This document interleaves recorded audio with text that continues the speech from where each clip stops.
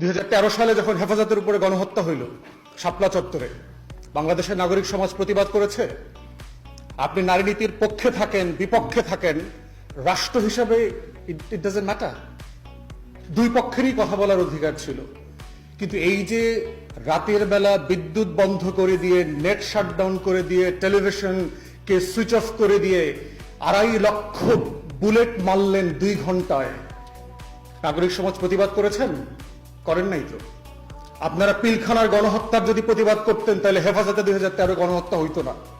যদি আপনারা 2013-তে হেফাজতের গণহত্যার প্রতিবাদ করতেন তাহলে গুম খুনের নামে 6,500 মানুষ নাই হয়ে যেত না।